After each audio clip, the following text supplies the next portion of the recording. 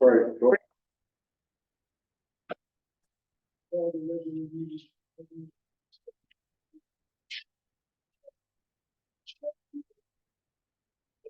To the flag of the United States of America, and to the republic which stands one nation, under God, indivisible, liberty and justice for all.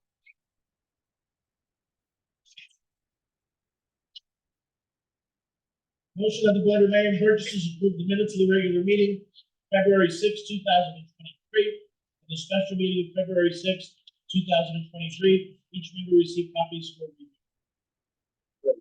Question. Discussion. All those in favor? Aye. Opposed? Motion of the Board of Mayor and Burgess to approve the monthly reports for February. Each member received copies. Question. Discussion. Favor? Aye. Okay, so tonight,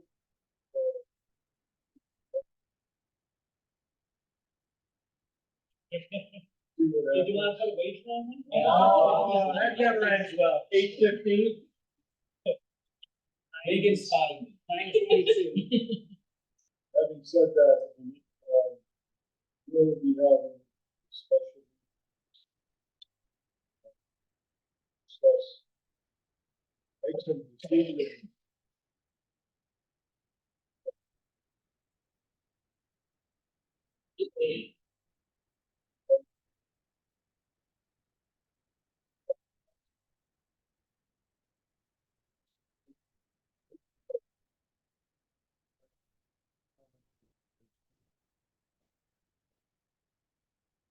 Looks like we have Tuesday,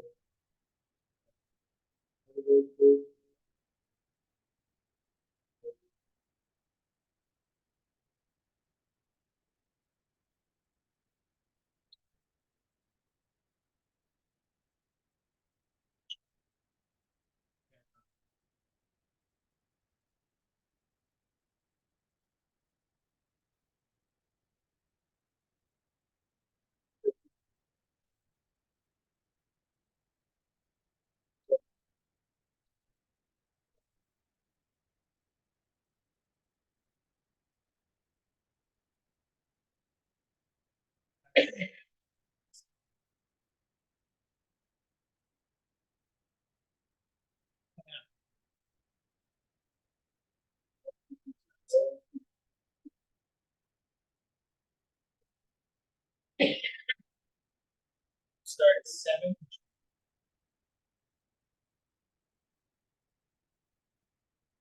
that Nancy, special board meeting. Seven.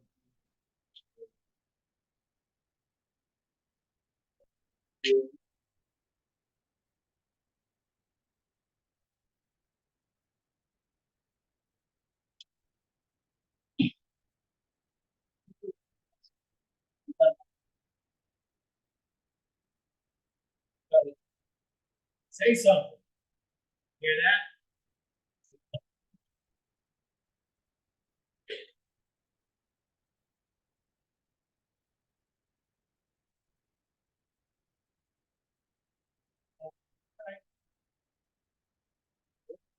I guess. Yankees should be good games.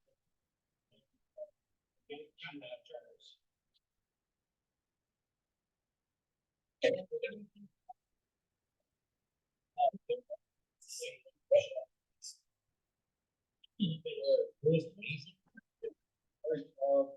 Blue man, you hear me? Just raise your hand if you.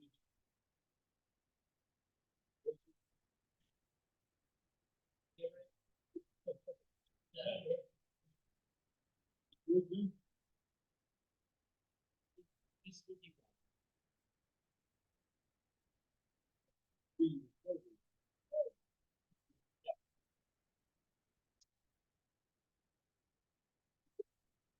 See.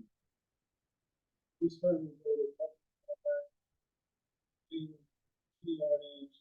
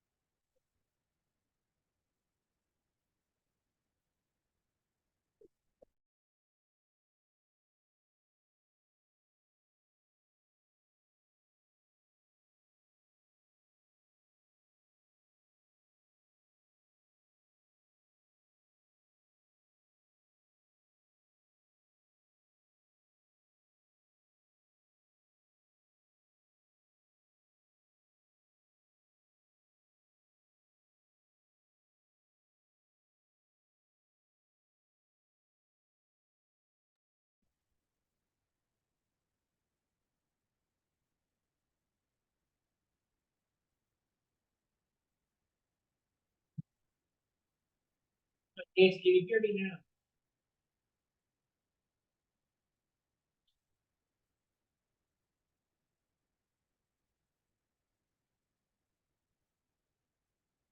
Nancy, can you hear me now?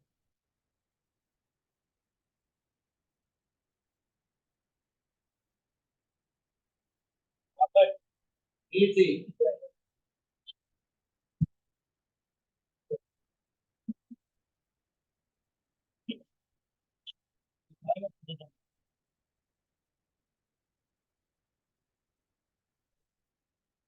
Did I see you?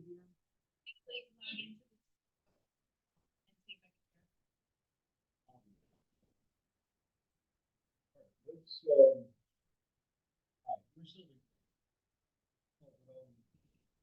I do want to give an opportunity for public comment. Name something. We have Harlan, Fred, and Jessica. Nancy.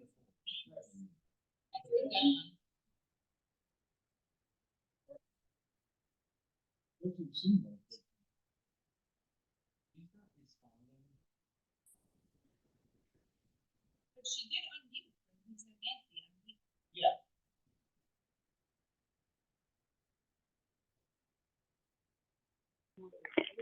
Can you, anyone hear me? Because I can't hear anything in the meeting room.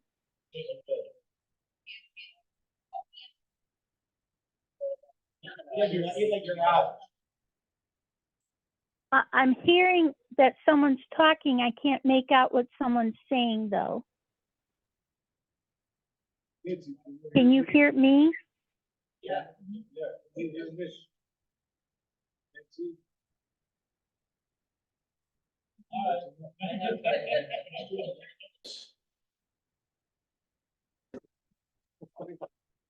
All right, so Dan said he can hear now, too. all right, is there anyone on Zoom who would like to make a public comment?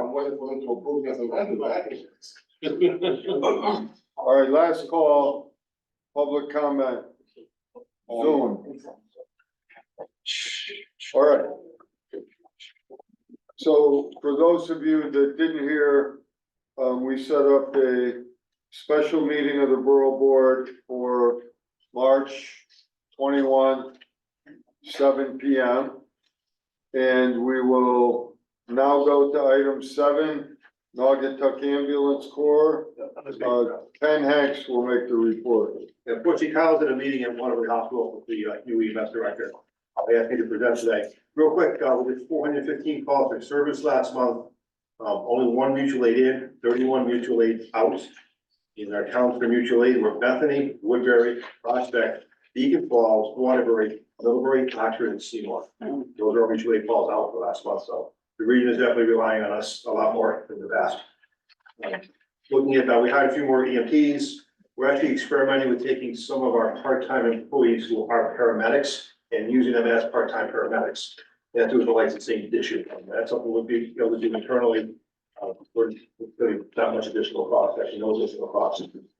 We received a LifePak heart monitor. This is an advanced EKG machine that actually sent telemetry, the heart rate, and the beat right to the surgeon, right to the hospital.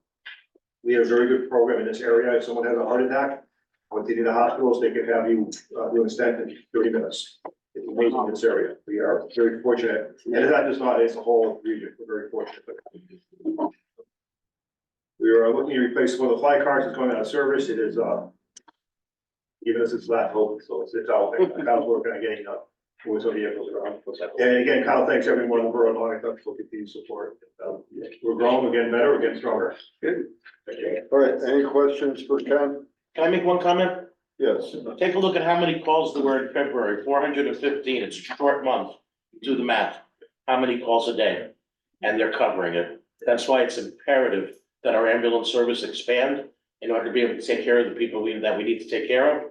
And it's going to be more imperative as this town grows and we start getting more people and more businesses that are coming in. I can't say enough about how they do this. How do they cover 10, 15 calls a day? You hear him on the radio? With 2 ambulances and 1 backup You hear ambulance. him on the radio, they're moving people around. And They're just, it's like a dance and it's amazing. and actually the public putting pieces together. And that's why the extra paramedics are needed.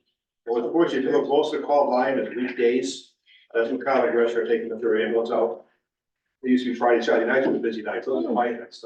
10 o'clock on a Tuesday, I have 4 calls.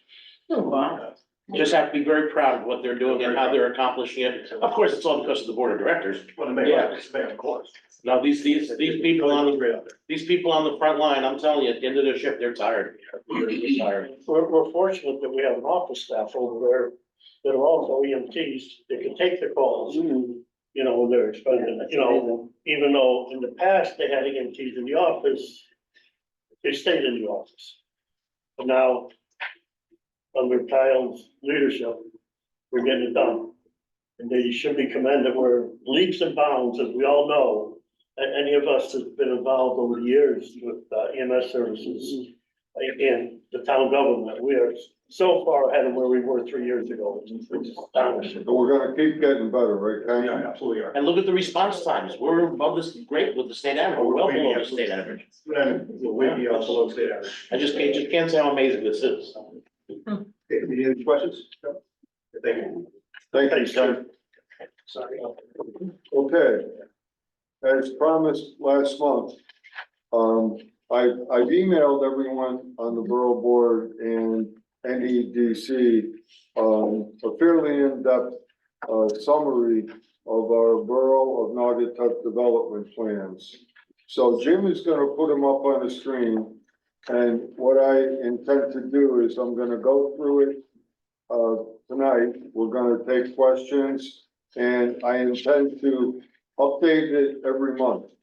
Now, I have to tell you as mayor, I get more questions every day about things that people should know about. Things that have been going on for years, that have been talked about here many times, talked about in the newspaper, other places, but every day I get at least 2 inquiries on when we're gonna pave Church Street.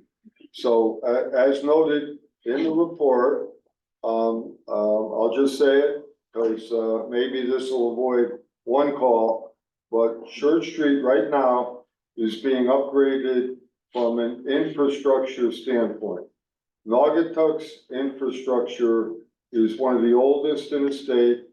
The pipes go back in many cases 150 years. So right now we are totally redoing the sanitary sewers, the stormwater system, the electric lines, the gas lines, the city water lines, and the fiber lines. So that's a lot of the construction you see right now.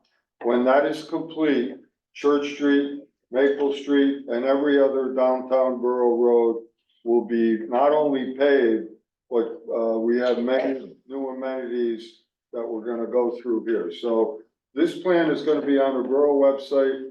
I encourage everyone to study it, to be able to answer questions. I'll just say there's a lot of moving parts. There's a lot of things happening, all at the same time, really, so I can understand how many people could be confused. So, As you Yes. update it each month, excuse me, it might be a good idea to do that in like a different color ink and just say that it's an update so that people. yeah, that's can why I compare. intend to put so that's why I put a date, March 5th today. Exactly. So I intend to put a date and a different color and say, Right, maybe on schedule or what happened or right, right. whatever. It'll be on the borough website and, I'm hopeful that Andreas can keep up with us and, report as, necessary. But anyway, the first page, if you just go to page 1, and by the way, there's a few extras up here if anyone wants to take one tonight. Including Herman and Smith back there. Smitty, you should read and study this in your capacities as borough ambassadors. Yes, though. A lot of light reading. But anyway, the bottom line here on page 1 is that, we've got 9 projects that are currently underway. And as I underlined here, really the best and most significant part of it is that all of these projects are fully funded, underway, with a combination of federal ARPA money, 2 very substantial state grants, Connecticut Community Challenge, Community Investment Fund, private money, and money from the borough tax incremental financing district that I'll talk about. So I list from 1 to 9 the projects that are underway. I'm not gonna read them because I'm gonna touch upon them briefly. But project number 1 is for all the people who have a question about Church Street. We're using all of our ARPA money, our federal money, 9.2 million, plus some of our TIF money to totally remake Church Street, Maple Street, not just from an infrastructure standpoint, but there are many amenities there, new, all types of amenities that were approved by the borough board. And we have some pictures in here, and I'm not gonna go through it in great detail because I just want to touch upon the highlights. But the project is underway. Most of the work will be done in 2024. It may drift into the spring of 2025 to finish, depending on the weather and things of that nature. So the project fully funded, underway right now. A lot of the construction you see is related to that project. A lot of the pipes and things you see on parcel B are the laydown areas for the construction companies that are working throughout Naugatuck. Number 2, I'm gonna say my favorite project and the one that I think will generate the most revenue for the borough going forward over the next 100+ years, Naugatuck Industrial Park Phase 3. We acquired the land a year ago for $1. The land has been remediated. We are in the final stages of finalizing the property lines. The road is designed. We've already sold 1 lot, 2 buildings are under construction. And we're gonna be talking tonight in executive session about 4 other parcels there that are ready to start up. And I hope to discuss them tonight and to vote on them at our special meeting in March. So the industrial park project is underway, very exciting, generating a lot of interest, and there'll be a lot of new revenue there. Project 3 is a state project. The state of Connecticut DOT is relocating the train platform from the station restaurant to parcel B, right over here. You can see it out the window. And they're also building a new train station. So that's gonna become the central point, the focal point of downtown. The project will be fully designed and go out to bid in 2024. It will be, construction will commence no later than the spring of 25. but, it'll be going out to bid, in 2024. So the state has really picked up the pace and they've been doing well, getting ready to, move that project forward. Again, that's a state project. They're paying 100% of it. They've already spent over 200 million on the Waterbury branch line. We now have two-way traffic, 22 trains a day. So for the first time ever, we have in Naugatuck and on the Waterbury branch line, a real reliable commuter line where you can go to Bridgeport, Stamford, any point south and get back the same day with several choices on a return trip, which, as anyone from Naugatuck knows, is far different than in the past where you could go to New York City and say a prayer as to whether you get back. So now we have a real reliable, effective line. So project number 4, we're calling it, a major hub development, Connecticut Community Challenges. So we won $6 million from the state. So we already know that Church Street and Maple Street are gonna be gorgeous.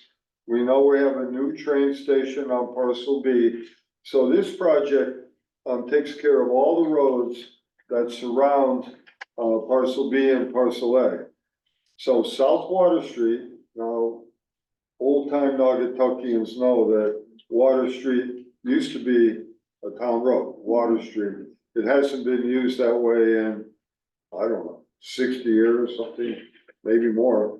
But South Water Street will now be rebuilt. That's where the train platform and train station will be. Old Firehouse Road will get a total remake.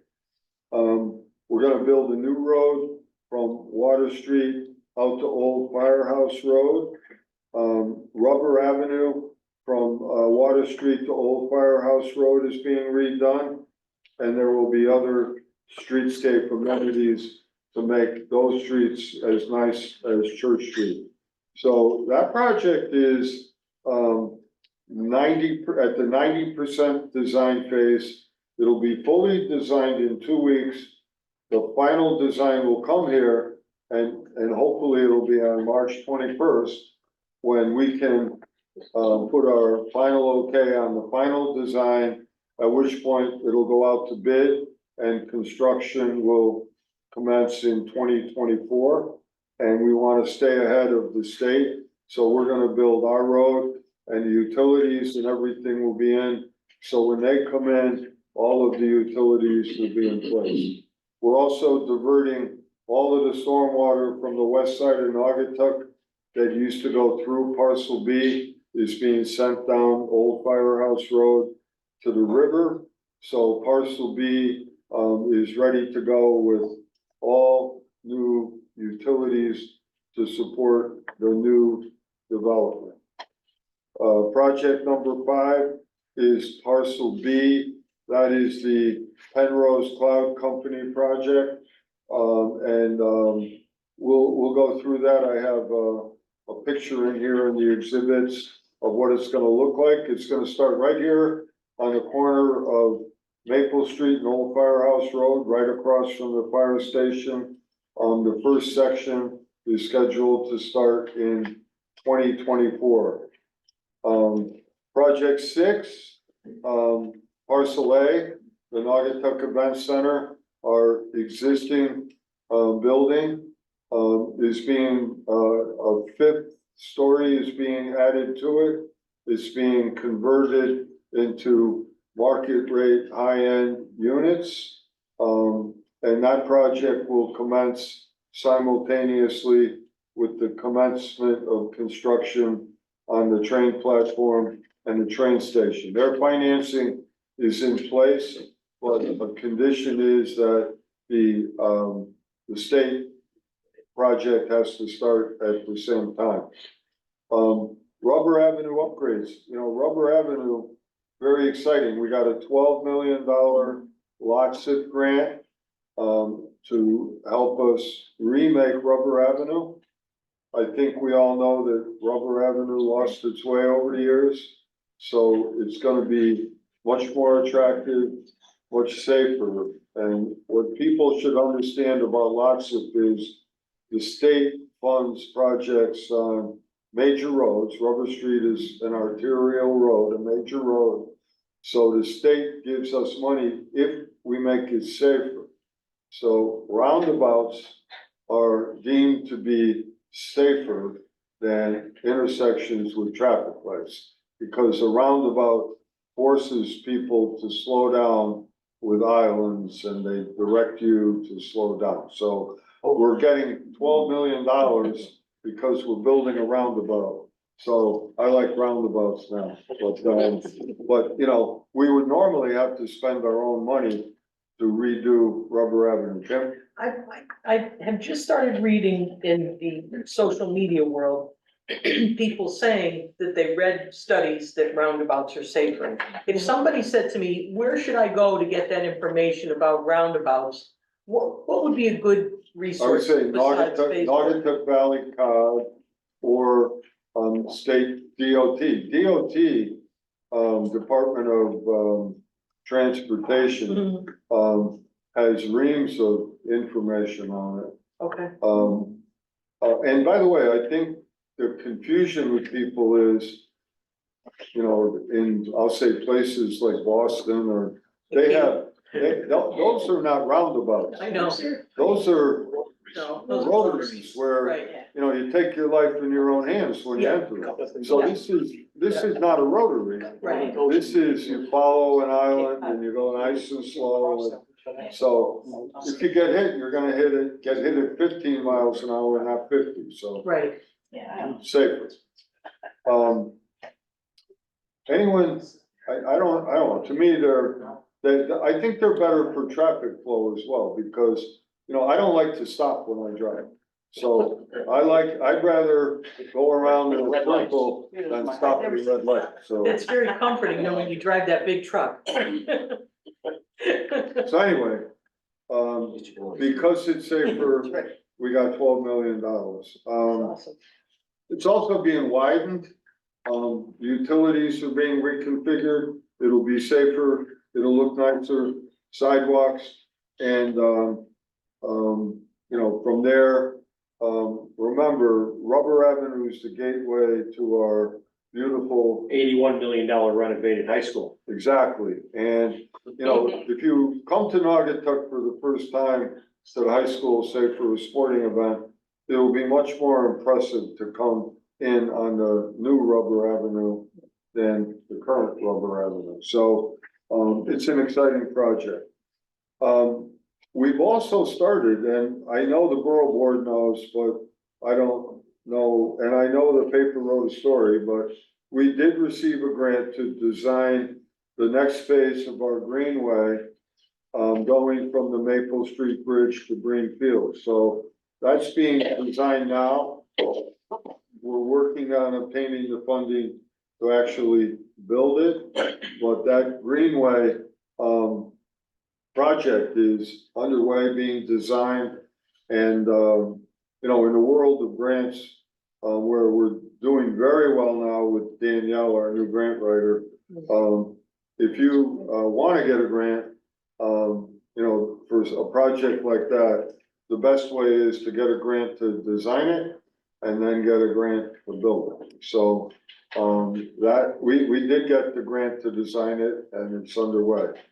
Now, I also mentioned our facade and sidewalk improvement plans. The facade plan, is adopted, it's funded. Now, we're gonna start it, as we start constructing downtown, we're gonna have some details on how existing buildings can get funding to improve their exterior appearance.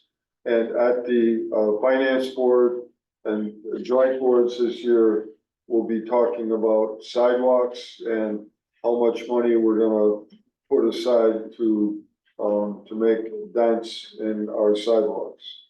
Now, in section 2 of this document, I talk about 5 additional projects that are, I say in the planning stages, but some of them are a little beyond planning, but they're they're not fully underway yet. So the Riston property, which is off of Rubber Avenue, that used to be the location of the Riston Manufacturing Company. The borough acquired it several years ago. We've received 2 brownfield grants so far. It's about 80% remediated. So we're finishing the remediation. We've already moved our recycling center from Rubber Avenue. That's probably the first thing we did to help Rubber Avenue look better. We removed the recycling center to the Riston site. Our plan is ultimately to relocate the street department building across from the high school to the Riston site to enable some new construction across from the high school and make that area, much more aesthetically pleasing than it is now. All of the buildings, the borough buildings on Rubber Avenue that were formerly Uniroyal buildings, the street department ambulance building, those will be ultimately relocated to the Riston property. All of those buildings will go on the tax rolls, generate new revenue, and make Rubber Avenue even more attractive. So I think that in the next 2-3 years, Rubber Avenue is going to improve dramatically. And I also hope that people on Rubber Avenue will take advantage of the facade improvement plan, and they'll see the change, they'll see the upgrades, they'll want to be part of it and improve the exteriors of their buildings. Mayor, there's already been some interest with the Rubber Avenue businesses. They're waiting to see when, this is gonna come out so they can start applying they're ready to go. Yeah. And the property, as you mentioned, Public Works Garage, that appears from all indications, one of the most desirable locations that, outside companies are looking to move to. Exactly. Rubber Avenue is, over 100 years, it went downhill, now it's on the rise, so, they're great spots. Okay, Scott Street, Nettleton Avenue, so, the Community Investment Fund is designed to help, areas that need help, older areas. So, Rubber Avenue, the Scott Street neighborhood, the Nettleton Avenue neighborhood are older neighborhoods.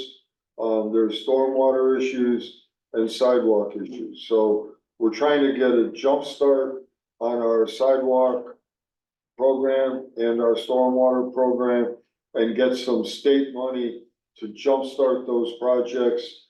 And those 2 neighborhoods are neighborhoods that really need to work. So we're trying right now. We're working with our legislative delegation, and I was up in Hartford last week, and we're working hard to try and get that funding. And if we do, that will really help our sidewalk program and our stormwater program. So it's not approved. If we don't get it, we'll keep trying other alternatives, but it's a very worthy project. Now, project number 3, as far as future projects, is without question the one I'm most excited about, and the one we're working on hardest with our federal delegation, our state delegation, and in our grant application process. Reconnecting communities. So, when you hear the sound reconnecting communities, you think, well, Naugatuck, Beacon Falls, Naugatuck Prospect, but you can connect different parts of the town.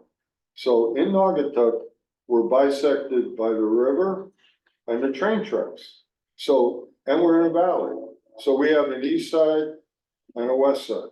Now, our train project is on the west side.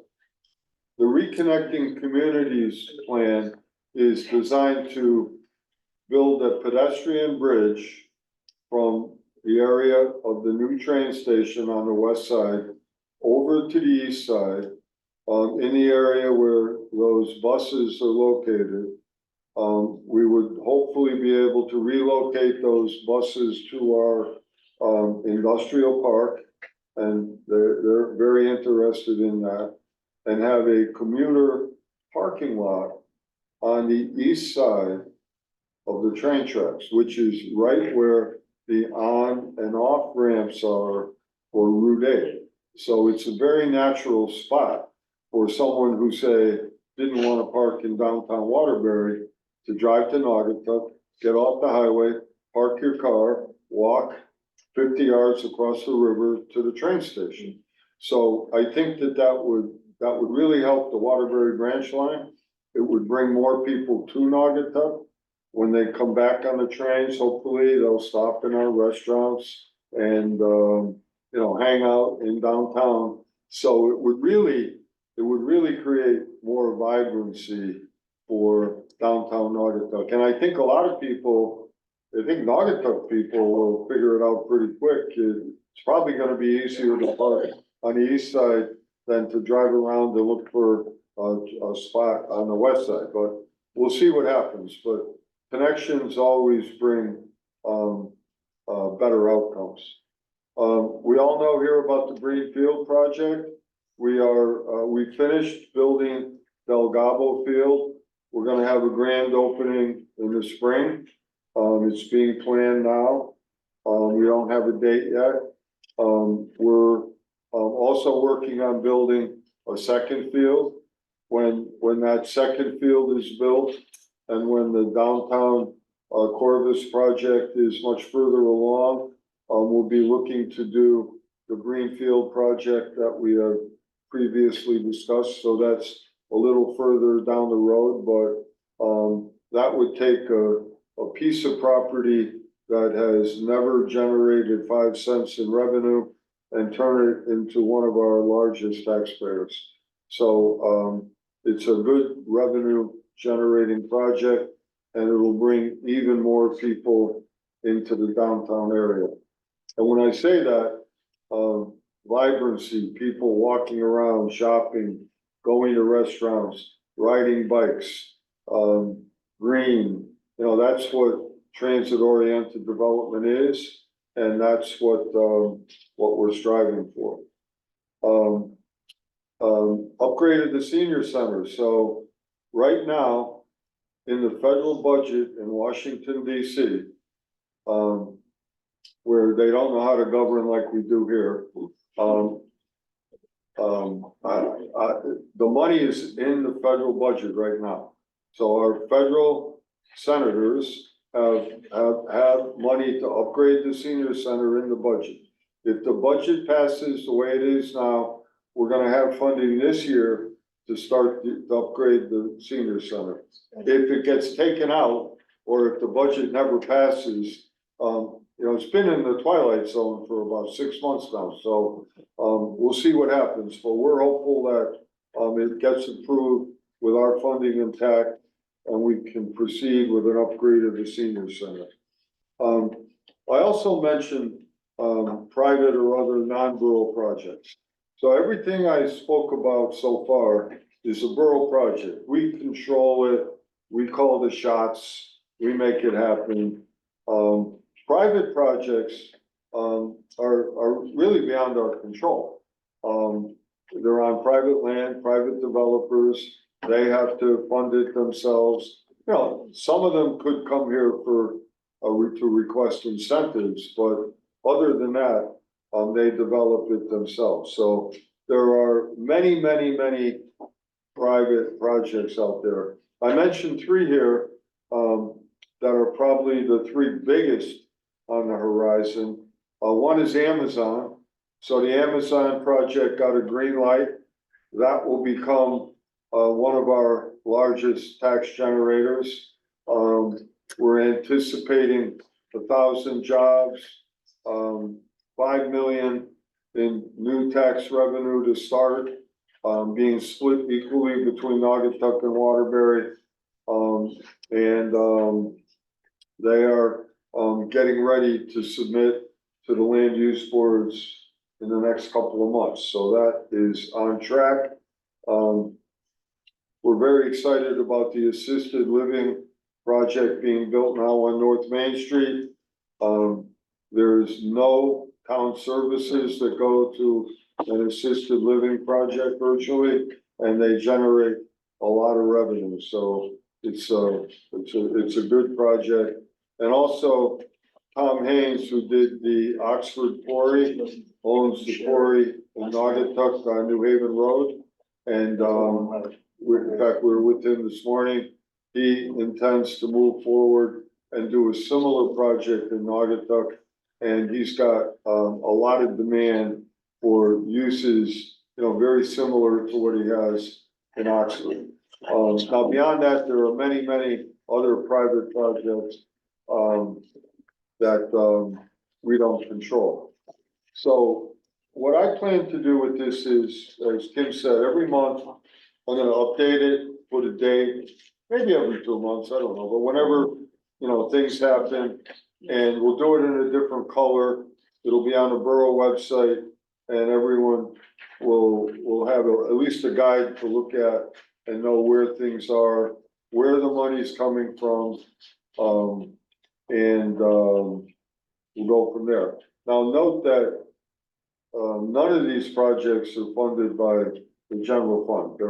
They're funded by federal money, by state grants, by private money, and the town's contributions come from our tax incremental financing district that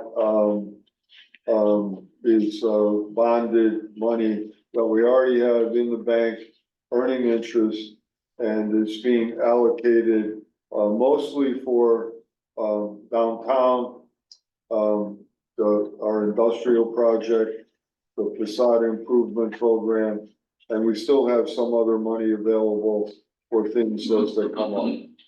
So I'm gonna stop there, and the purpose of this is, so we're gonna have a place where people have questions, what's going on, here's the answer, read this. So, any questions? Okay, moving along. All right. So item 9, sewer backup claims, insurance claims discussion. I put this here to get input from the borough board, because we have some newer developments in the sewer backup world. So now remember, Veolia maintains our sewer lines, and we are represented and we're insured by the Travelers Insurance Company. So in Naugatuck, Travelers handles all claims against the borough. So you notice every month we never talk about, people whose cars get damaged by a pothole or, sewer backups or anything like that. Travelers handles all of them, and they do a very good job. If we get sued, we have a deductible, but they handle the defense. If we win, we win. If we lose, they pay, and they handle everything. Now, I'm gonna say, well, more than my tenure as mayor, even when I was a borough attorney, whenever there was a sewer backup claim, the criteria for it was, if it was in the main line, it was a borough problem. If it was in the lateral going to the home, it was the homeowner's problem. And that rule has been followed as long as I know. Now, recently, we've had 2 very unusual claims. And I'll just briefly describe them and then tell you where we are. So, in one of the situations, there's a Y. We all know what a Y is, WYE. So when sewer lines are put in, they put in a Y. So there's a spot for two laterals to go into two separate properties. So in one of our Ys, it was empty because the home was never built. So there was a root growth, root ball, whatever you want to call it, in the Y. Now, this main sewer line was maintained by Veolia and was cleaned out. But in the Y, there was a root ball that grew very quickly back into the main line, blocked the main line, caused the sewer backup, Travelers is saying is not the borough's responsibility, because we maintain the line. But it's an unusual case because they did maintain a line, but not the Y. So there's a family that I have sympathy for that has a serious claim. It's not their fault, and Travelers is saying it's not the borough's fault. So and then we have another case where a homeowner somewhere put a lot of grease in the main line. So another homeowner downstream, or I should say actually on another street, had a backup in their home caused by the grease that was in the main line. So that was not the problem of the borough. It's not the problem of the homeowner, but the homeowner experienced some serious damage. Neither one is covered by their insurance. So Travelers turned down both claims. I met with both homeowners. I have sympathy for them. So what I'm doing, and I'm looking for input here, is because of course Travelers says it's not your fault, we're not gonna pay. And we're not gonna take on responsibilities for things beyond us. So I'm gonna try and, unless someone has a better idea like Rocky, to put some heat on Travelers and try and get a settlement here, because they're serious cases. Especially the and root one, that it's one not- sounds very Yeah, like the grease one, someone dumped it down the drain, not the person that was affected. But the root one, like that was Should have kept the Y. if they nature, wanted yeah, the like, house. I don't know if no one ended up building why that Y was kept open. well, that's common. Oh, okay, yeah, see, not my area of expertise. No, that's common. So, It just so happened that. I'm just saying, these are both unusual circumstances Yeah. that aren't I think it would count. clearly anyone's fault, but caused some severe problems. Do we know who threw the grease in the, No, but we're investigating. okay, so at that We're point, investigating. once we investigate and we find out who it is, does the liability fall on them? It could. Now that's gonna turn out to be Look at the another insurance borough guy's face. person on the line. But we're tracing the grease. They'll trace it and they'll see where the trail ends, and so they're doing that now. So both of these issues have been, are being reinvestigated. We're getting more information. We're gonna work with Travelers to try and get settlements.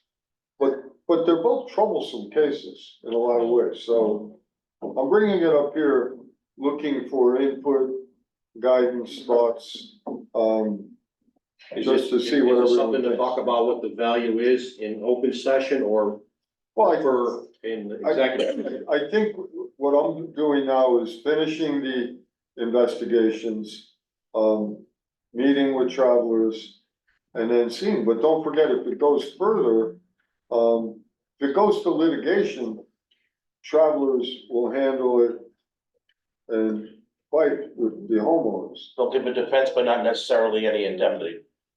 So it's, what do you think, Rocky? You're an insurance expert. I worked for Travelers for a number of years.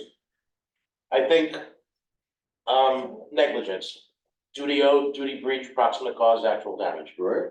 What did the borough have a duty to do, and did we breach that duty? So, so look at the root thing. We clean the line, but you couldn't clean the Y because it's not in the main line. So there's a growth in the Y that grew into the main line in less time than normal because it already was this big and became this big when it would have normally taken longer and they would have cleaned the line again. Well, when I handle third-party losses, I would say, what did we do wrong? Do we reasonably take, measures to inspect the So line? Travelers says yes, They said, well, that we did take those measures. we did take the measures, so really, the borough didn't do anything wrong to cause this to happen. I don't see how it come back on the borough.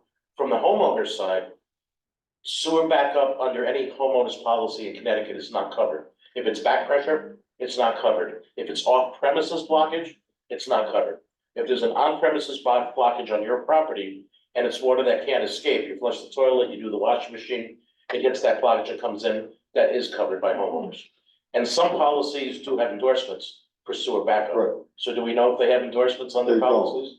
Well, Well, at least one of them does. yeah. So I just don't see where there's any fault, what the borough did wrong, what Veolia did wrong. Of course, it's not gonna stop it from getting sued, but I just don't see anything that the borough did that the borough should address it. I don't think you can say, yeah, I feel bad for them, let's throw them a little bit of money because now you're setting a precedent. And the insurance company really isn't gonna be happy about that. I understand Yeah. what you're saying. I'm just telling you that we have two homeowners who, through no fault of their own, experienced serious problems related to the main line. I mean, And it's different, because in the past, it was always covered. yeah, their insurance company may even come to them and say, hey, this happened, put in a check valve, we're gonna drop it. I mean, you don't know, but that's their issue, it's not really the borough's. Feel bad, but Can be a check valve be put on the Y that, on the property that's not being utilized? Which would eliminate that route from. They would put the check valve on their own. it would be on their own property. But nothing's gonna eliminate roots, if the roots gonna grow, they're gonna grow, as long as we reasonably inspect, do what has to be done. I mean, there's really no negligence on Veolia or the borough, like I say. Anyone else have a view? We have to tread lightly, we're gonna set a precedent, with whatever decision we make. If you try to heat up on the insurance company, probably the safest route to go right now, not that it's gonna yield anything, it doesn't sound like it will, but it's worth the effort nonetheless. But for us to, what Rocky just described, to accept that we're gonna try and do what is the kind thing and help these folks out, could set a precedent for other types of damage that could occur around the town that would not be the town's fault, that we may end up having to cover that too. So, I would be very cautious moving forward. Are there options that can be added to a specific policy? Yeah. For things of this nature that are uncontrollable by either parties? Not on the liability side, No, but they could get a special endorsement. but they can get an endorsement on the policy, go sewer backup, but that's on the homeowner. The water company offers a line backer that covers sewer. Yeah. Right. Right. That's on the homeowner, so. Yeah, no, I'm just saying, that. That's enough. I just don't, I think, I don't think travelers will budge, at least if I was still working, I wouldn't budge. But, I think it's all gotta go back to travelers and say, here's the bad guys, they said no. This grease one sounds awful. This is somebody else doing something Yeah, wrong yeah. down the street Yeah. that caused damage to somebody else, their neighbor's property, because of their negligence. I hope that something can be proved and those folks could be held accountable for what they did. The trouble is, what did they do wrong? Were they illegally dumping stuff? Was What's it- illegal to Yeah, put like grease what- in the. Yeah, and what kind of, like, was it grease, like cooking grease, was I it? think so, but we don't know for sure. You don't know if Okay. it's, you don't know if it's petroleum based or. But as a normal homeowner, do I know that? If I'm dumping grease, cause I cook a lot of chicken or something. We see all your cooking, Put Rocky, it down the toilet. might get tracked back to you, sir. You should know. All right, anyone have any other input before we move along? There's only one thing worse than that kind of grease in the store and the grains, and that's chocolate. Yeah. What? Chocolate. is Really? worse. Oh, Well, No, I wouldn't. I mean, I wouldn't waste it down the Like drain, something- that's for sure. Chocolate's going in here. all right, Jim, we're gonna skip sidewalk improvements this one. here. We're gonna pass number 10, and we will go to number 11. Motion of the Board of Mayor and Burgess approve the appointment of Kayla C. Rios, 145 Round Hill Road, as an elector on the non-union pension board, filling the vacancy of Francine Prune, indefinite term. Second. Discussion. All those in favor? Aye. Opposed? Motion that the Board of Mayor and Burgess approve the appointment of Kayla C. Rios, 145 Roundville Road, as an elector on the Board of Education and AFSCME Pension Board, filling the vacancy of Francine Fruin, indefinite term. Second. Discussion. Yes. Just like to congratulate Francine on her retirement. Yeah, Nice. agreed. All those in favor? Aye. Opposed? Motion that the Board of Mayor and Burgess approve the appointment of Kayla C. Rios, 145 Roundville Road, as the UPSU union representative of the UPSU and Chapter 90 Pension Board, filling the vacancy of Francine Fruin, indefinite term. Second. Discussion. All those in favor? Aye. Opposed? Kayla's gonna be busy.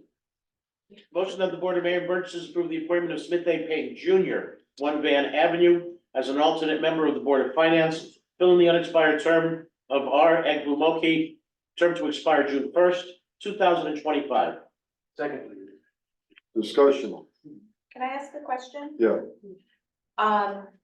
I know I personally have had someone reaching out trying to be on the finance The board. Republican haven't Yeah. contacted He did, a few times, me. Well, what's his name? Rykowski. Have him call me again. Just so you know, we offered the Republican seat to, Stephen Kilmer. And he turned it down, within the last week. Okay, So the seat for the first time is now available, and have him come in and we'll talk to him. okay. And is this person registered to vote? Yeah, he's here in the audience. In fact, come forward, Mr. Payne. I want to introduce him because he's a great borough citizen. He recently retired from the post office in Norwalk. And he is a very personable guy, and, he's volunteered to come forward on the finance board. And, he's gonna serve only on the finance board this year, and then he's gonna move to some other, spots in town. I appreciate you, Aaron. Okay, so, he is a registered, voter, a property owner. He lives on Van Avenue.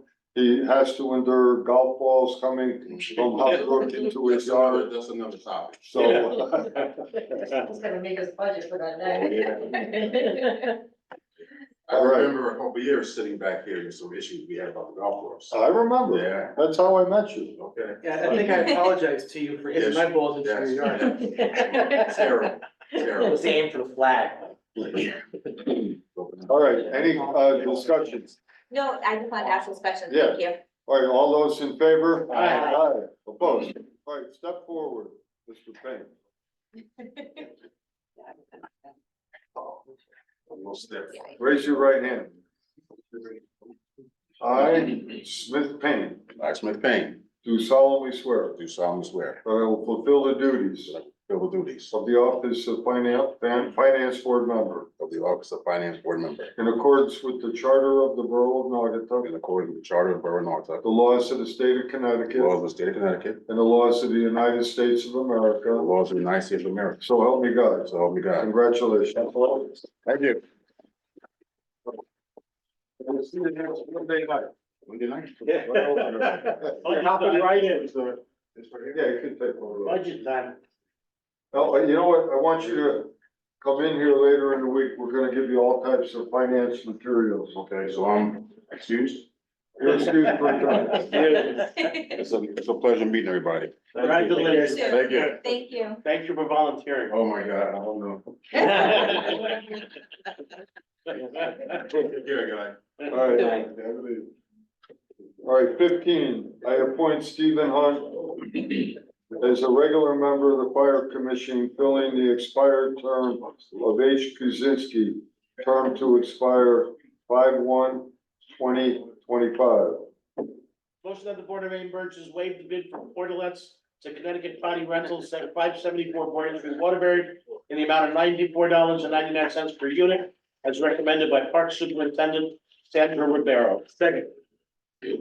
Can't have me come up here and award toilets after your elaborate. They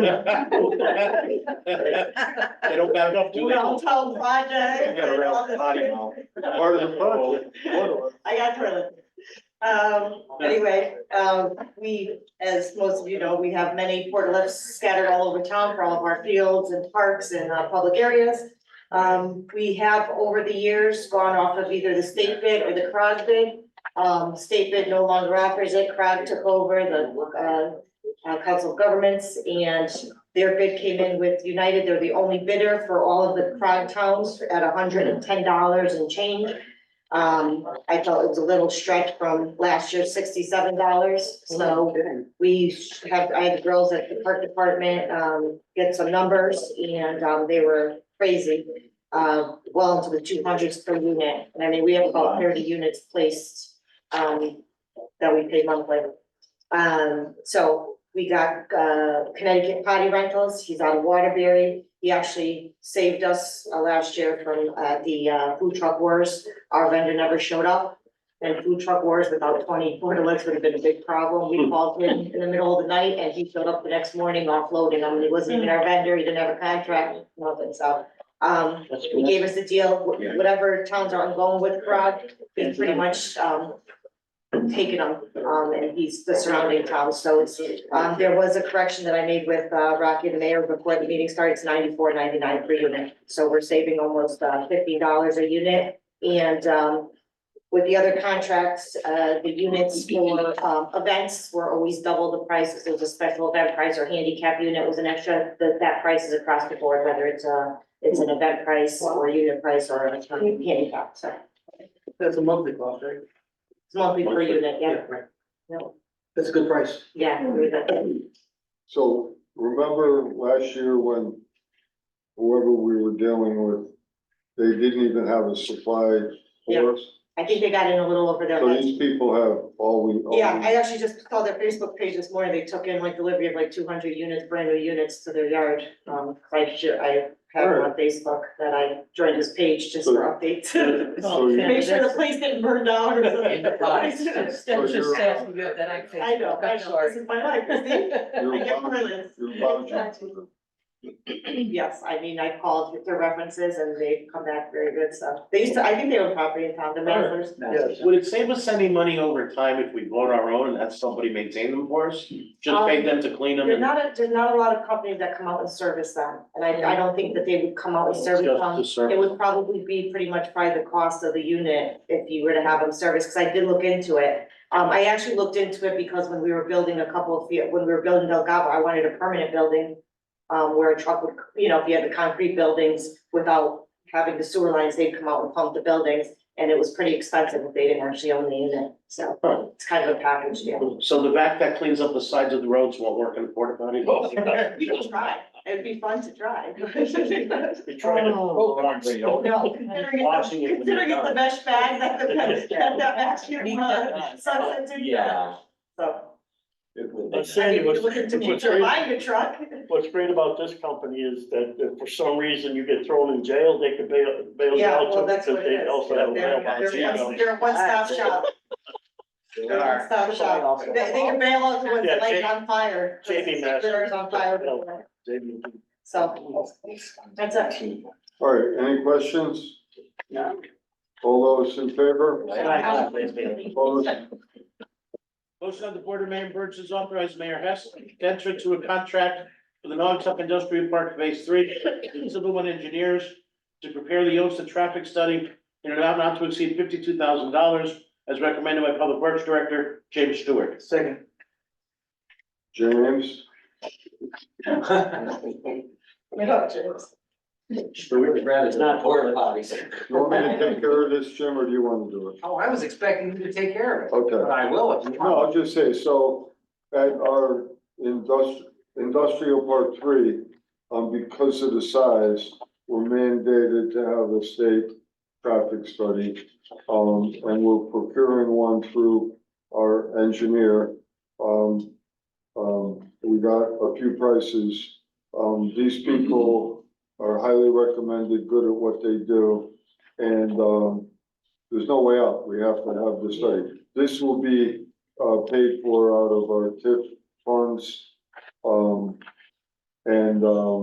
Not only do we need it, but we need it expeditiously, so make that clear. Yes, it's an extensive study. The state requires a lot of analysis and look at a lot of intersections so that they can make sure that the state roads aren't affected and the town roads aren't affected. So, and as you said, it's because of the size of the buildings, the number of parking spaces it's required, and new state law keeps Bill from issuing building permits until it's done, so.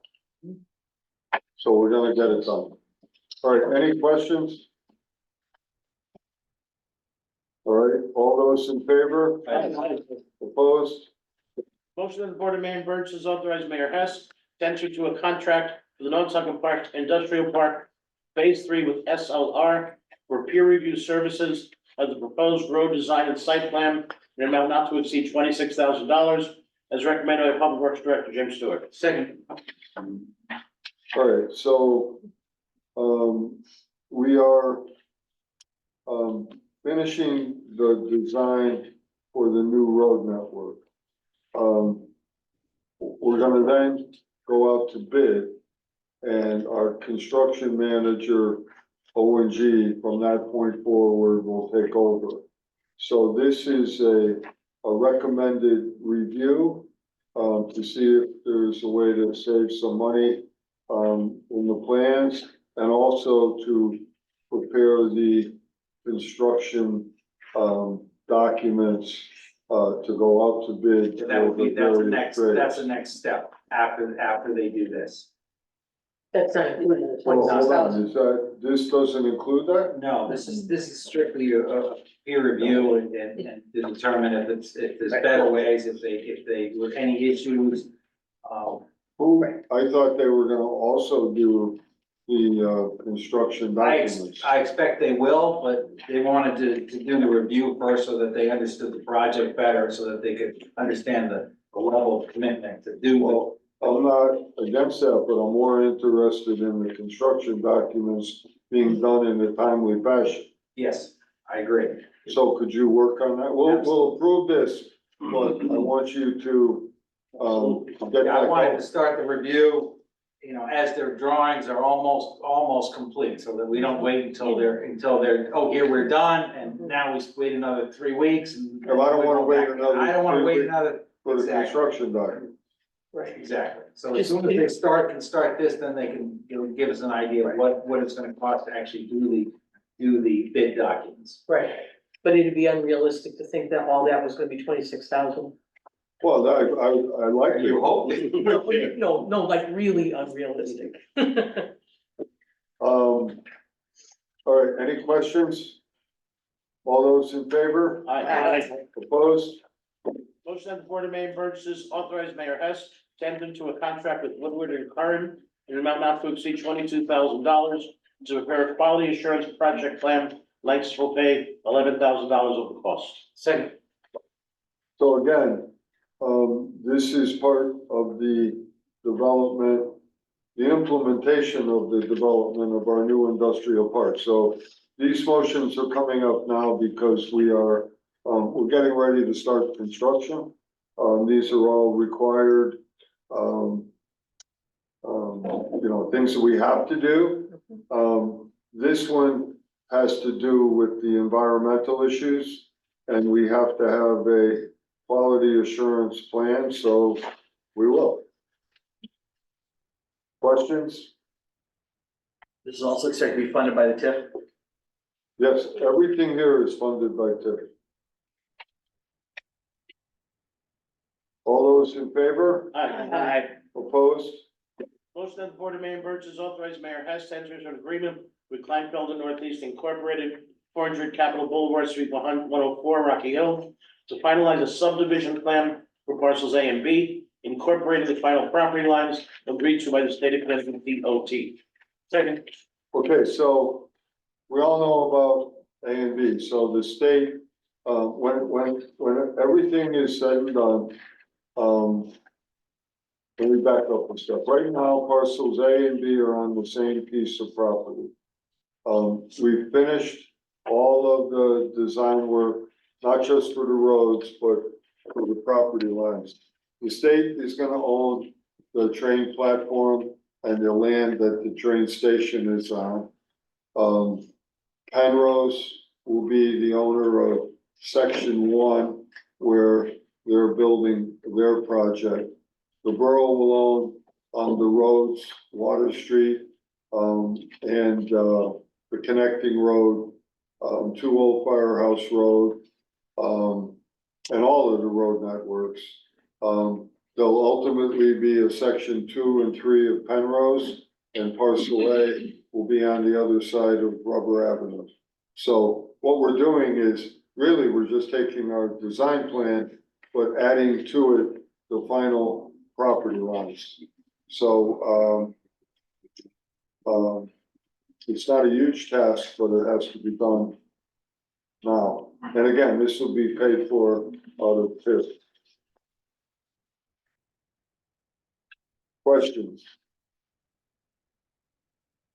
All those in favor? Aye. Opposed?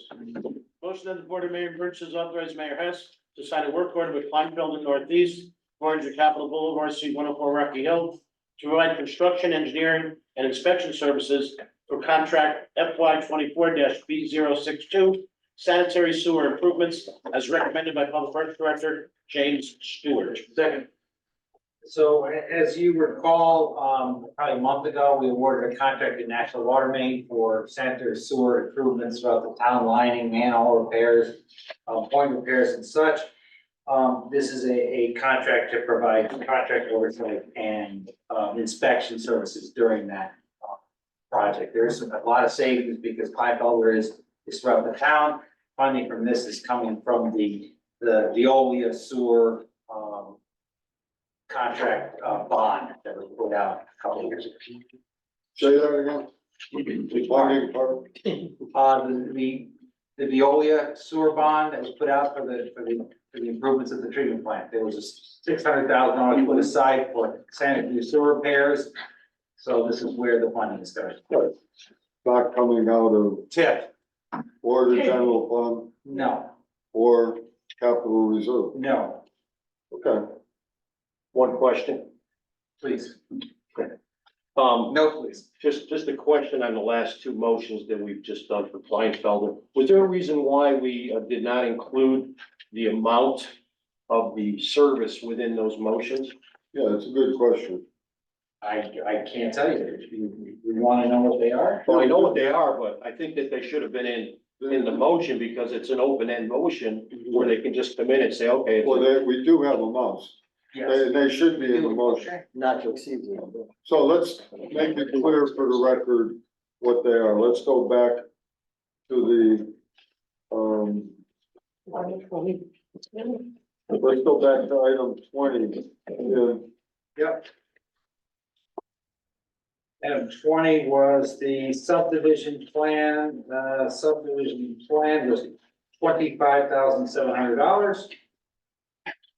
Could I, hold on, No, wait, no. could I see that breakdown?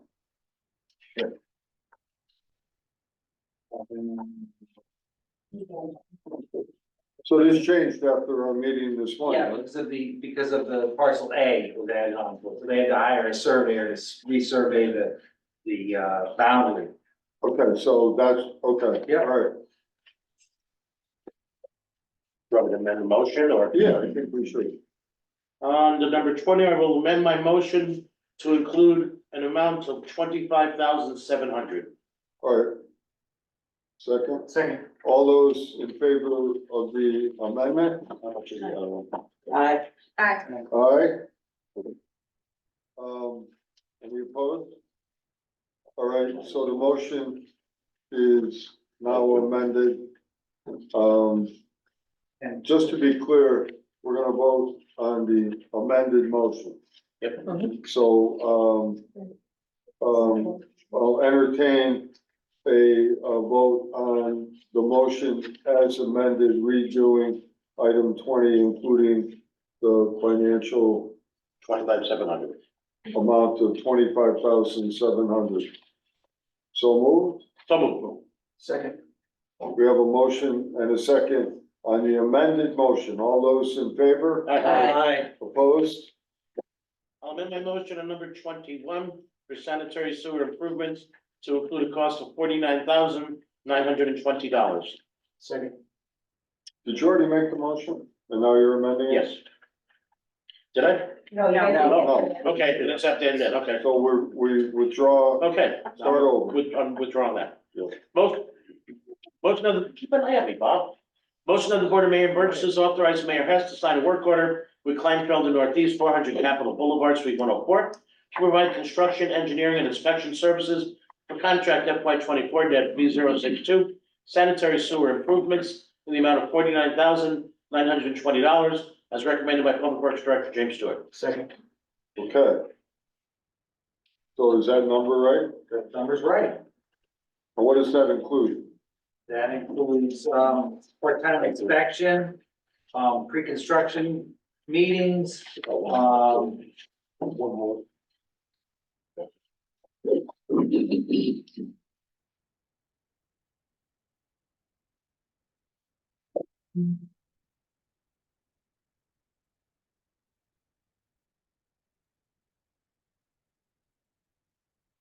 pay request reviews, and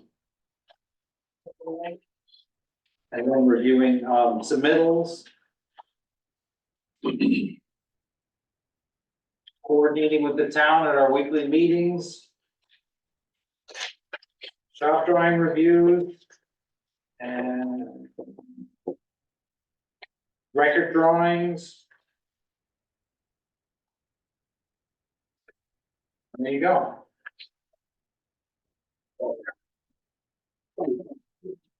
Okay. Any questions? All those in favor? Aye. Opposed? Motion of the board. Mayor, if you will, can we go back to item number 19? Just a, regarding contract with Woodward and Kern in the amount not to exceed $22,000. I noticed on the proposal from Woodward and Kern, the amount is $22,500. Well, actually, I think we're only paying half of that, so. Yeah, Yeah. Lanxess is. Yeah. 11,000. That would still be 11,250. though. Yeah, it's a contract. Is that- I mean, The amount of contract. is that right, Jim? That's what The math, yes. That's the proposal there, so it's $22,500. Oh, I'm sure you're right, I just. All right, so let's, While we're correcting the stuff, Yeah. we're on a roll. I'll amend motion number 19 to add an amount not to exceed 22,500 to prepare quality assurance project plan. Lanxess will pay 11,250 250. of the cost. Second. All right, so, we have a motion to amend item 19 and a second. All those in favor of the amendment? Aye. Opposed? And just to be clear, we'll vote one last time on the motion as amended, increasing the amount of 22,000 to 22,500 and our half going to 11,250. So moved. Second. Okay, all those in favor? Aye. Opposed? Motion of the Board of Maine Burgess authorized Controller Allison W. Bruce to refund the following tax refunds approved by tax collector James Cogan and the credit. Second. Questions?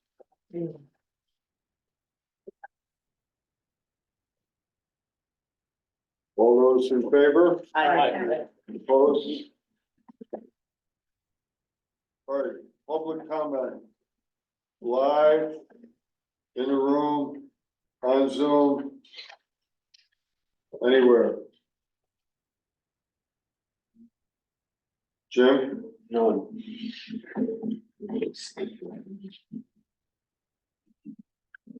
Okay. Last call for public comment. All right, hearing none, we'll go to Burgess comments.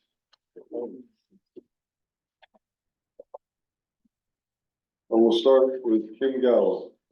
Oh, sure. I've read in two different elementary programs this week. Today I was at the preschool and I was at Maple Hill last week, and, as always, I am in awe of the job that our teachers do in these classrooms with these little wiggly guys who are very well prepared for the world because they know when to hold them, when to fold them, and they're very little. And that impresses me. I did high school kids, they're not as wiggly. Usually. Usually, it depends on the day, that's right. We had a couple meetings with the trade unions. Yeah, I can't talk, so. Yep, we had a couple meetings. Julie took some pictures, of the class And then I'll forget. and, I have. oh, sure, go ahead. All right. Let's do this. Trying to stretch the meeting out there, Jim? Huh? Trying to stretch the meeting out? Money in the Of course. Yes, that's your- Trying to get it to 8:30, we had that 9-second delay. So. There's only 2 shots. Okay, basically what you see is the kids in the class, but, most of them are already coming up with what their goals are. Some of them will change their goals because they're learning new things about what's available in the trades. There's it's- 10 kids in the class too. There's 10 kids in the class at this time, and, they are coming to school and staying late regularly so that they can get this work done. The high school is making plans to incorporate them into honors night, to build that culture that says that going into the trades is as important as going to college or the military, the different programs that we're used to. We were even talking about the kids maybe wearing their little construction helmet to graduation instead of their board. But those are plans that you're gonna make, and it may seem like it's something small, but it's big culturally. For the kids to come out of high school, and they're not college-bound kids, and they don't wanna be college-bound kids, but they have a very solid plan, and that plan began in school. And the high school has been absolutely awesome in getting these things put together and getting these kids involved in these classes. Griffin Hospital also is, they're gonna take over all the different medical pieces of the program at the high school. CNA, you know the alphabet soup better than I do.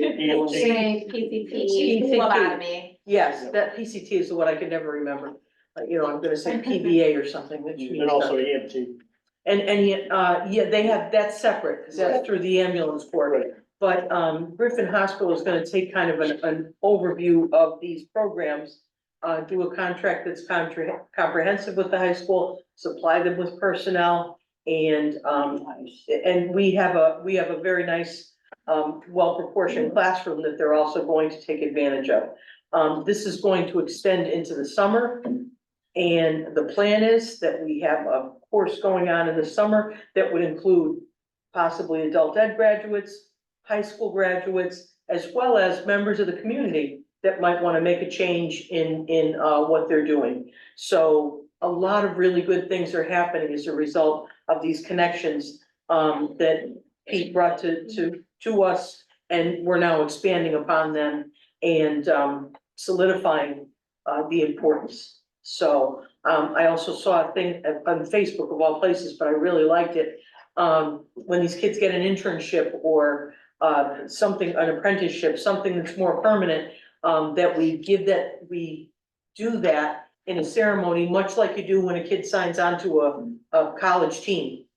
So the employer would come in with their little banner and the kid would sit at a desk with their family and get their picture taken by the paparazzi and, sign their contract in the presence of classmates. Again, building culture that says this is a really important thing that we do and we recognize it and we celebrate it. So I'm really excited about it. It's really good stuff and we've had a lot of fun. Incredible too, that is. That's right, making great connections. Yeah, she's great. Yeah, there was one student in particular who, when they were talking about their goals, said, I've really kind of thrown away a lot of opportunities. I want to make opportunities with this class, which I loved. And that student in particular has really bonded with the instructor and is doing really good things to get themselves involved in what they're gonna do next.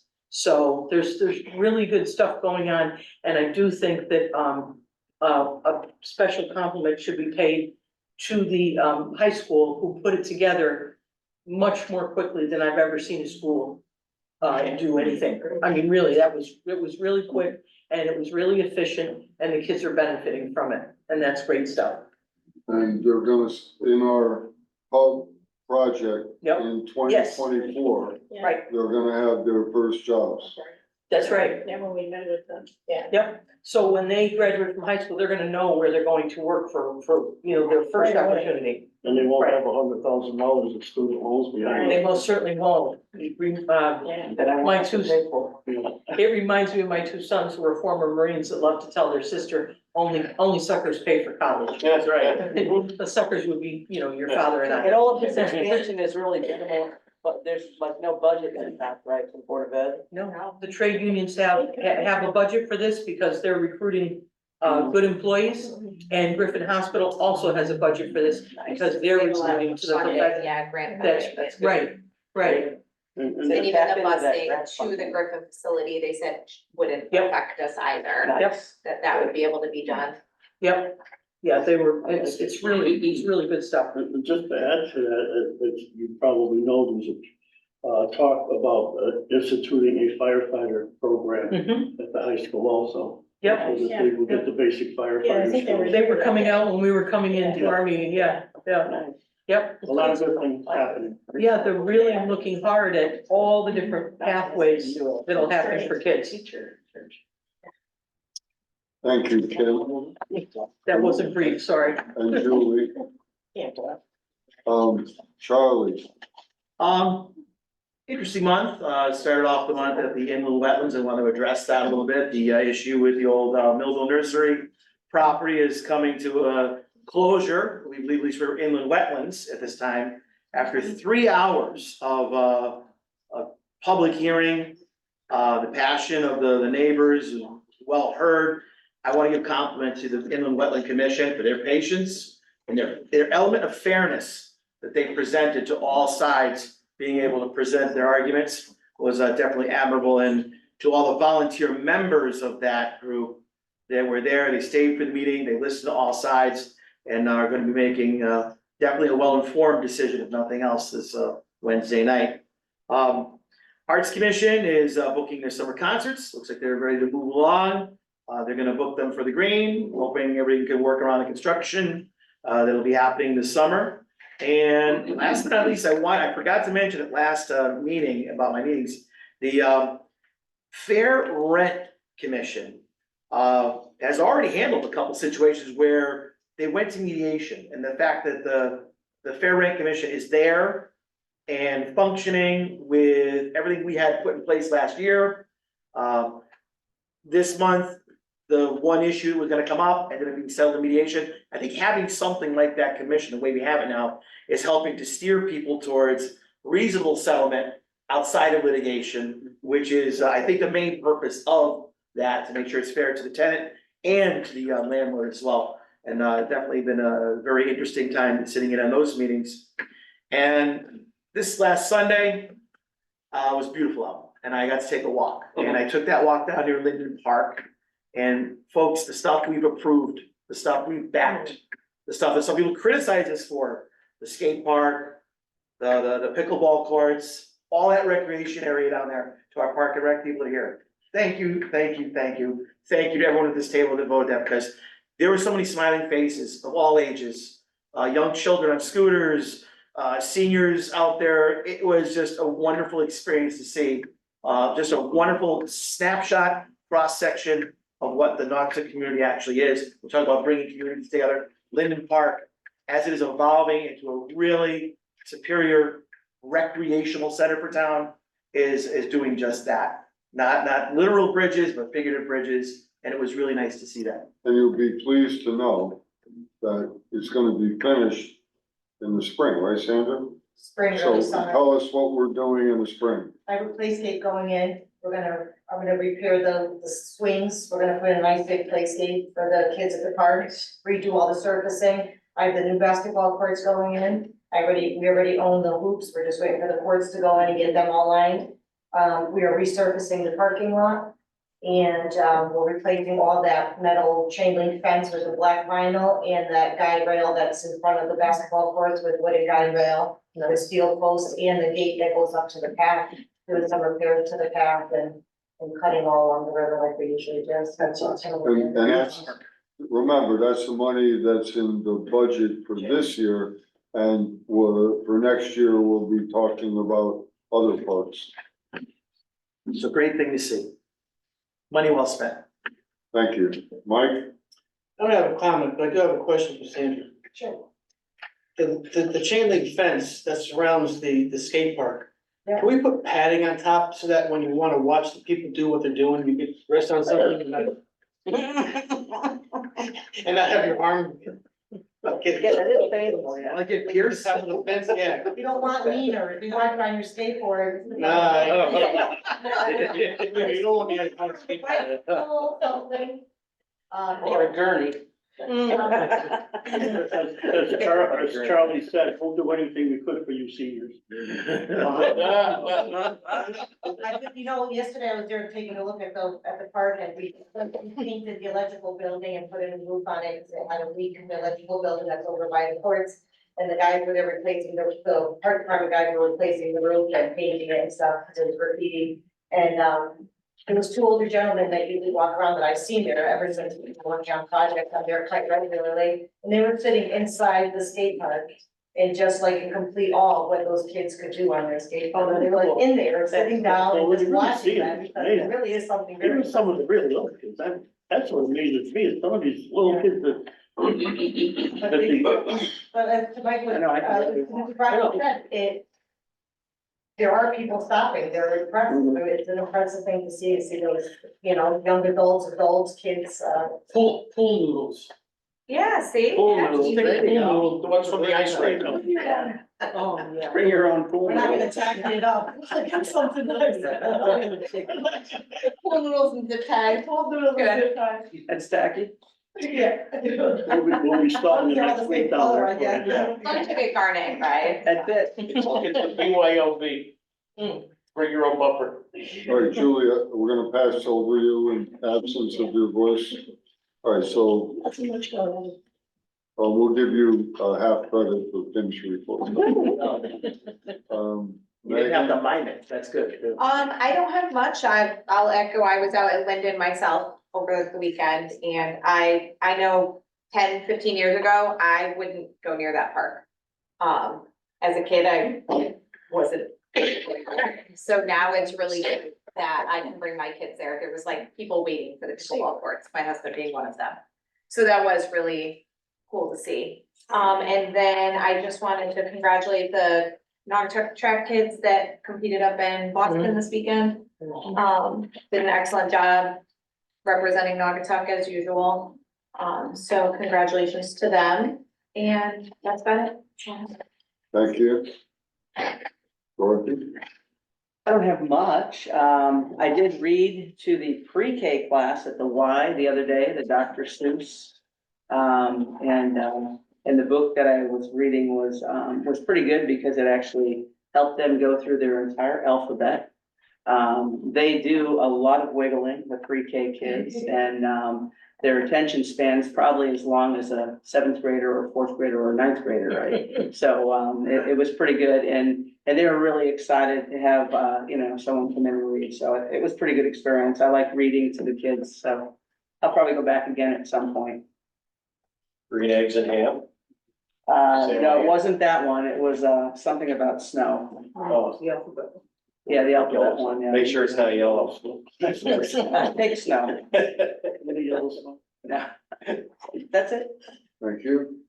Fran? Yeah, I'm there on the onset, I want to offer on behalf of all of the Burgess there, our condolences on passing of your mother-in-law, to you, Crystal. Thank you. Sorry for your loss.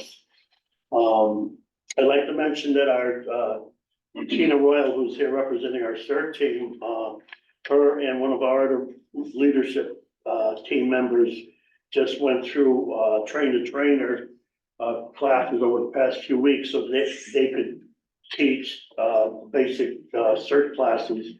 So when we put a new class in, later on in the spring, in late spring, early summer, we could put on, more members. Tina has taken the class years back, but she wanted a refresher. So she's been recertified as a cert instructor. And, that's very helpful, so we don't have to recruit, trainers from outside the town, you know, for a one-shot deal. Nice. And, appreciate all they've done. They've had a busy month as far as organizing, and reorganizing our search. Tina also gave a presentation to the Exchange Club, at their meeting this past month as to what the CERT team is and what they're all about. And I, received a number of phone calls after that, asking me, if they could get more information on it, because it's like, to quote your phrase, a hidden gem. Nice. And I appreciate everything our volunteers do. We talked about the volunteers on inland wetlands. You know, the majority of our commissions and boards, 99% are all volunteers. And, you got issues like what came up recently with inland wetlands and the amount of time and the hard work they put in. And it's very hard to make a decision when you want to sometimes vote with your heart, but you have to vote with your mind and what is right.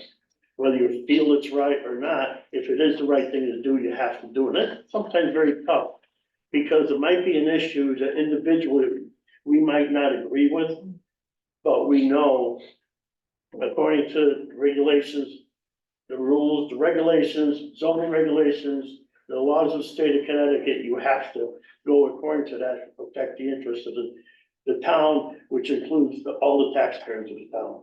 So, you know, I'd like to thank every one of our volunteers across the town, no matter what they're volunteering in, what board they're on, what club they're in. That's what makes Naugatuck Naugatuck. I appreciate it. That's it. Thank you. Bob? Well, I had the ability to zoom into a couple of meetings over the last few weeks. One was the Park Commission meeting, which I was impressed on how they handled the situation of a coach who didn't want to abide by the rules and regulations, and the discipline that was entailed after that meeting was justified. Also was checking out the interest of the Conservation Commission on how they want the Park Commission to mow the meadow up at Guntown, and how we should do it and things of that nature. So that was quite interesting, and listening to them talk about that. Had the opportunity to zoom into the wetlands meeting, the last two public hearings, quite interesting and enlightening of all the information that is put forward. And those meetings are extremely long. I guess the other thing is that the budget season is now here, and like every year, the budget is not going to be simple or easy. And there's going to be a lot of work to do to keep our promise to the public on the mill rate that we told them that it will be for this coming year. And I know it's going to be extremely difficult, and there's going to be a lot of hard work in order to accommodate that number. The last thing is, I know that the future is moving public works to the Risden facility area and the ambulance down there also. Do we have an anticipated time frame in order to do that, number one? Number two, have we come up with any type of a design for the facilities and location on the property where we can start looking at that? Because, you know, we need to design a facility for the property before we can go out and solicit bids for that work. So I'm not sure what the time frame is. Well, I'll tell you, so. Yeah. In that Scott Street, Nettleton Street grant includes a request for money to design the building. Okay. We, as of this time, do not have funding to build the building. Right. But that is what we're, one of several, priority items that we're looking for now for a way to fund that. So the timetable, if we get a planning grant, we'll plan it, we're gonna try as hard as we can to get help to build it. Yeah. But I would say, the earliest would be, the earliest we could start would be 2 years. Yeah. And if it takes longer to get the funding, it'll be a little longer. Jim, have you, seen any designs or do you want to emulate any other, up to the date, public work facilities that you've Yeah, seen? So tell them, Jim, which one we like. Yeah, we went to, Cromwell, was it Cromwell? Cromwell. yeah, and it was a beautiful facility, and of course, they have things that we don't need and other things that we feel we would like. But it was a beautiful facility, we got their plans, spoke to the people, you know, it's just, and of course, the facility needs to be tweaked because, you know, you just couldn't take theirs and plop it down. Yeah. But it's probably about the same size that we'd be looking for. How many square is it? I don't recall exactly. 12, 15,000 or larger? Oh, larger than that. Okay, Oh, all yeah. right, yeah. Yeah, oh, yeah, well, larger than that. Yeah. The only problem is you're gonna be faced with a decision too, as how quickly you move it up, because that existing building needs a lot of work. Yeah. Needs a lot of work, and we're getting close to that point where the investment has to be made, or we have to. Start. Move on. No, that's the reason why I brought it up, and I know that I've talked, you know, for several years being on the capital committee, that it's something that we need to address We were because fortunate it's to gonna take come up it. soon. The armory was very well kept, and it was a very well Yeah. maintained building, and we were very fortunate with both parts, the rec building and the garage. But the street department garage is in really tough shape. Very bad shape. Especially the We hate to roof. spend the money on that building. Yeah. Instead of. So we could bond it, but that costs money. I get So it. we're trying to avoid that. Yeah. But sometimes you need to do something that you don't want to do in order to accommodate what the best interest of getting the facility built. I Understood. think there are ways that you could look at different grants, Well, there are, incorporating EMS in there, that might bring in possibility of FEMA grants in addition to. But we need to design first. Yeah. So the EMS chief put together some preliminary designs, which I'm assuming the board will discuss at some point and, you know, see what's needed. Like now there's an ambulance that's outside, which is less than I'm sure ideal. You're gonna design a building that's gonna be set up for 5 or 6 bays. Yes, I'm assuming, right? So, yeah. it's So the assuming that- building that we like, you drive in, it's like a road in the middle, and on both sides, they have, the equivalent of bays, and Yeah, it was a great design. they're public works. Oh, Waterbury is phenomenal. yeah. I don't get impressed by much of Waterbury, I was impressed by the public works facility. And then the state gave them the money. Yeah, They use loads of money. Wow. Pretty much all. They just. Well, plus they were trying to upgrade that area. They just kept stockpiling their loads of money year after year to build that.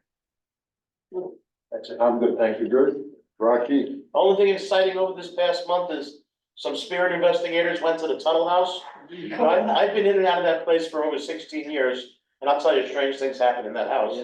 They came up with some very interesting photos and film, and I mean, it was really fascinating. And I think at some point, it's probably gonna be on, the Historical Society's website when they get it all together and all is said and done. But it was, I don't necessarily believe, but it was very interesting. Were you in any of the film? No. You know that- Not yet, Do anyway. you know that after the fire, I went upstairs with Jim to see the cupola where the actual fire started, with the fire department and other members, the investigative team. And there was a cross made out of 2x4s. And I asked the contractor, he says, my guys made it, they're scared. Yeah. That's right where the fire burned down in the lines of the sprinkler head. And fire doesn't burn down, but it burned down in the lines of the sprinkler. My guys made it, they're really scared. Oh my God, that doesn't happen every day. It was a very interesting presentation, so if you look in the future on the website for the Historical Society, take a look at it. That's it. Mayor, I noticed we have a member of the Scouts here today, I don't know if he was here. Hey, Greg, Greg, why are you here? Yeah, what's the matter with you? Would you like to say anything? I'm here to spectate and to eventually write a sort of summary over any sort of really anything that was like, how would you resolve sort of a disagreement? very nice. Yeah. Nice. So, as far as disagreement, in Naugatuck, unlike Washington or Hartford, there's no politics, it's all business. That's very hard to find.